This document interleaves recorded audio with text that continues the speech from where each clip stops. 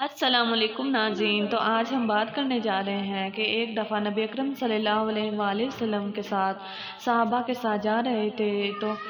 اونٹنی ایک نبی اکرم صلی اللہ علیہ وآلہ وسلم کے پاس بھاگتا ہوا ایک اونٹ آیا اور نبی اکرم صلی اللہ علیہ وآلہ وسلم کے کان میں کچھ کہنے لگا۔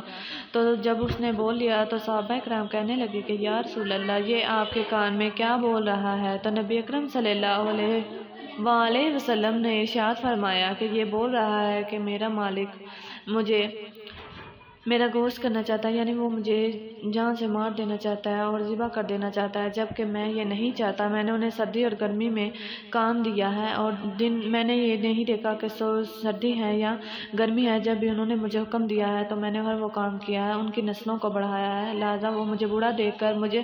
ذبح کر دینا چاہتے ہیں، جبکہ میں ایسا نہیں چاہتا۔ تو نبی اکرم صلی اللہ علیہ وآلہ وسلم نے اس کی ساری بات سن کر کہا کہ اگر تم سچے ہو تو تمہارے ساتھ انصاف کیا جائے گا، اور اگر تم نے جھوٹ بولا ہے تو تمہیں سزا دی جائے گی۔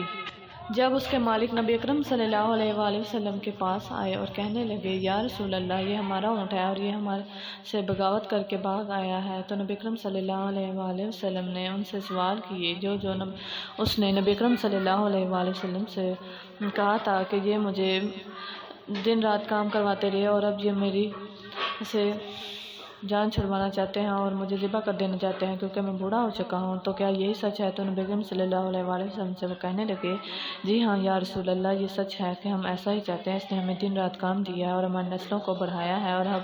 یہ بوڑھا ہو گیا، ہم اسے ذبح کر دینا چاہتے ہیں اور یہ ہونا نہیں چاہتا۔ تو نبی اکرم صلی اللہ علیہ وآلہ وسلم سے عرض کرنے لگے کہ یا رسول اللہ، اب ہم آپ پر چھوڑتے ہیں، جو آپ فیصلہ کریں گے ہم وہی کریں گے۔ تو نبی اکرم صلی اللہ علیہ وآلہ وسلم نے کہا کہ اسے آزاد کر دیا جائے، یہ اس کی